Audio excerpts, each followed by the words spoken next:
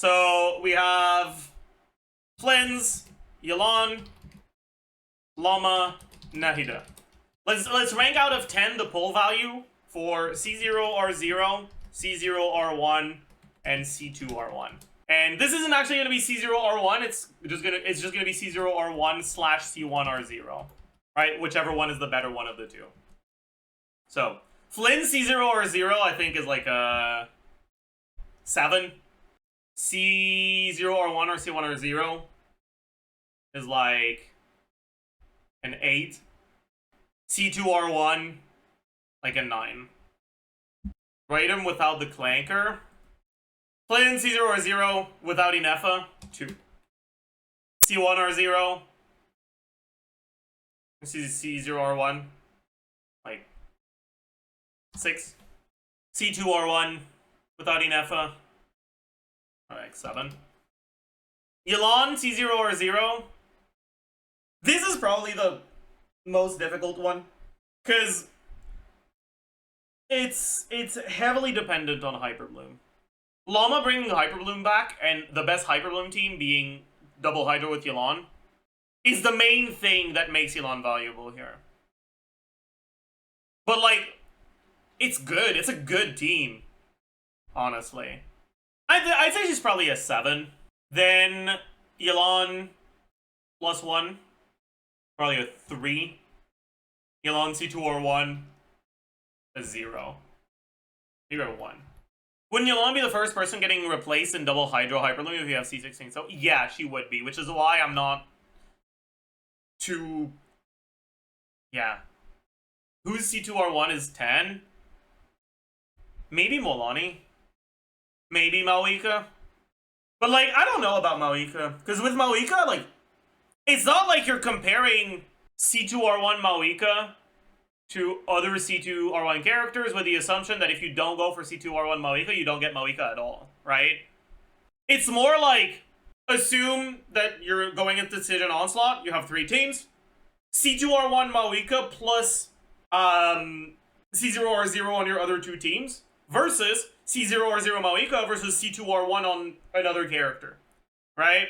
And I think Maoika is not a 10, because she's already so strong at C0R0, and she's one of the few characters that can actually reach a DPS requirement to clear bosses that aren't even necessarily tailored to her, just from Sig and Dire.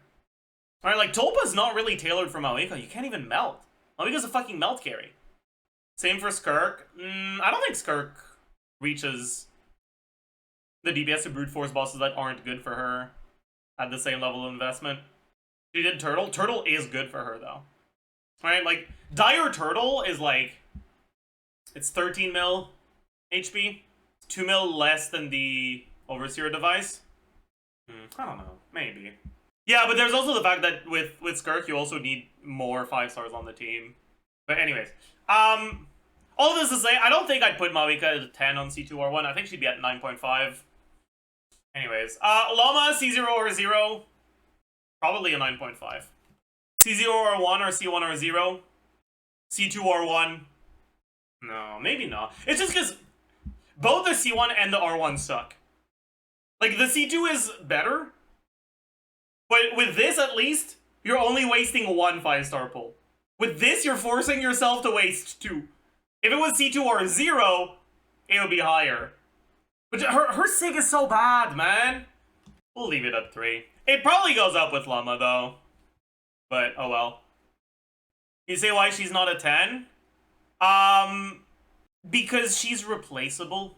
When you look at optimal team distribution, right now, you have a Maoika team with Bennett, Chilonen / Eonson, Sitlali. You have a Skirk team with Skirk, Escoffier, Furina, and then Flex, Cryo Hydro. And then you have a third team, right? And your third team, there isn't one option that's significantly better than the others, right?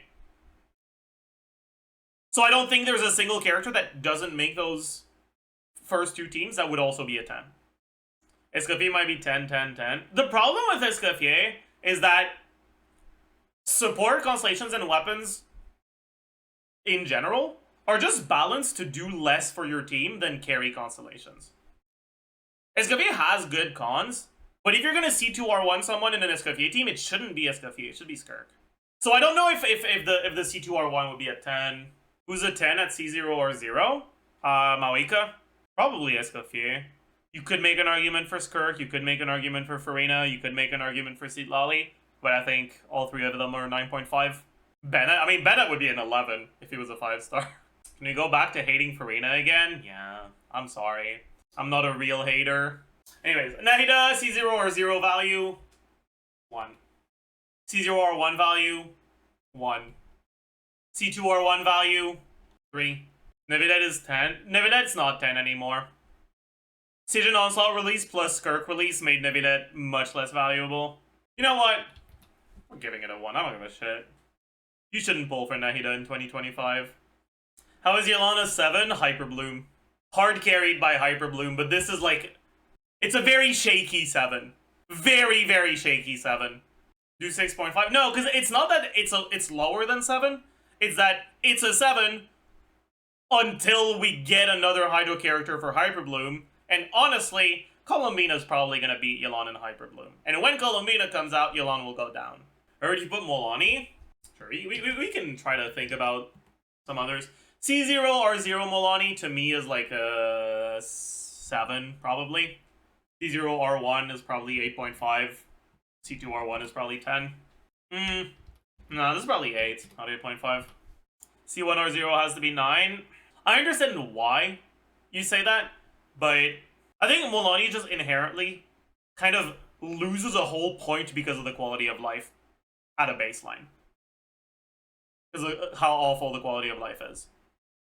But at C2R1, you do so much damage that the quality of life doesn't matter anymore because the enemies are dead before you encounter a problem. So she stops losing that point. Just in terms of power, it would probably be 8, 9, 10. But at the end of the day, you're not playing GC Sim, you're playing Genshin Impact. And when you play Genshin Impact, the quality of life problems with Mualani do happen to rear their ugly heads. But they don't rear their ugly heads at C2R1 anymore. Mawika, C0 or 0, probably 10. C0 R1, probably 10. C2 R1, probably 9.5. Verissa, sure. Verissa, C0 R0, probably 8. C0 R1, probably 8.5. C2 R1, 5. Nah, maybe it goes 9. Sure, it goes 9. Do Furina. Furina's an interesting one. I think Furina C0 right now is probably a 9, but it's a shaky 9, because it's 9 because of Skirk, and there is always going to be a possibility that she gets replaced in those teams. So, it's not as shaky as Yelan's 7, but it is a bit shaky. C0 or 1 or C1 or 0 is probably like a 5. Her C1 is still decent. The problem with her C1 is that it's always like the fucking 7th best 5-star pull that you can do in a team. Unless the team has, like, no good cons. Maybe you can give it a 6. Pity 6. Just for you guys. Then C2R1. Yeah, maybe we can look at C3R0 instead here, because C2R1 is, complete dog shit. I think it's probably a 6, also. Furina C2R1, but the R1 is key. True! Arlecchino. Sure. By the way, with level 100, the self-damage goes from 1.8 to 2.5 per seed. Yeah, cooked. I was talking about that yesterday a little bit, but yeah, if you level 100 Nilo or level 100 Kokomi, you kind of have to you kind of can't go triple EM anymore. Like, it's doable, but really difficult at level 90. At 100, it won't be doable at all. Why? Because it significantly increases the self-damage. Anyways, Arlecchino... I think C0 or 0 Arlecchino is like a 6 nowadays. C1 or 0... probably a 7. C2 or 1, 7.5. I think. The biggest problem with Arlecchino is team overlap with other good carries. She has team options that don't have that overlap, but the team options that don't have that overlap pretty much completely neutralize Arlecchino's upside of flexible teams, because you'll only really have one option that doesn't have overlap. Arlecchino is what Nick thinks Kenichi is. True, actually. So true. Her signature is a bad signature, and her C2's new potential doesn't really matter in such an onslaught. I mean, I don't think either of those statements are true. Her signature is not bad, and sure, front-loading your damage doesn't matter as much in such an onslaught, but dealing more damage does, and it's not like her C2 doesn't do any damage. Chasca. You know what? Sure, let's do Chasca. Chasca, C0 or 0 pull value, 3. C1 or 0 or C0 or 1, 4. C2 or 1, 8. Actually, you know what? Part of me doesn't actually want this to be at 8. Part of me wants it to be lower. Because, like, yeah, C2R1 Chasca is good, but C2R1 Chasca's best teams have too much overlap with other good teams. Yeah. Put it 7. Navia. Oh boy. You want Navia? Sure. Navia. C0 or 0. 3. C0 or 1. 3. C2 or 1. -3. Me when I spend $400 to get a single-digit % DPS increase. Holy. Are her cons that bad? Yeah, they are. Raiden, probably. Or Verissa, I don't know. It depends on two things. Whether or not talents get upgraded, and if the transformative damage formula follows what's on the wiki.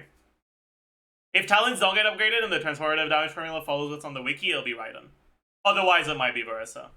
Can you explain how C2R1 Mawika is lower than Mualani? The sort of people that will consider C2R1 Mawika are the sort of people that go for multiple pulls on characters. And I think that if you're someone who will be going for multiple 5-star characters and who will be considering vertical investment on multiple of them, and you have both Mualani and Mawika at C0 to begin with, the order of upgrades does not go for Mawika first. Maybe you get Mawika's Sig, but then you get Mualani C1, C2, and R1 before you go for C2 Mawika.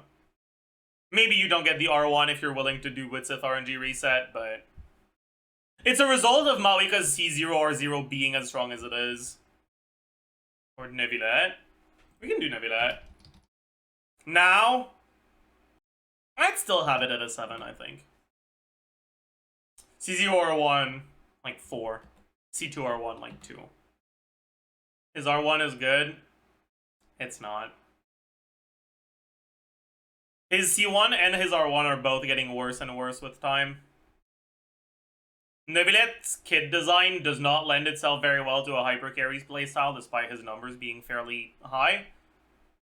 Which means that in the long term, it's just so much more likely that we see Neuvillette's teams branching out into teams that have a lot of damage coming from supports. And when that's the case, personal DPS upgrades on Neuvillette just are dog shit. Right, Neuvillette's new best team with Llama's release is going to be Llama Hyperbloom with Inefa. And in that team, he does 30% of the team DPS. Giving him R1 or C1 in that team does not do very much. So the pull value of his C1 or R1 are just not good. You can go for either, honestly. Depends on which one fills out your teams better. I think Loma's better overall, but we can't really predict how their values will change with future characters until we get leaks on the future characters. So, it's not set in stone at all.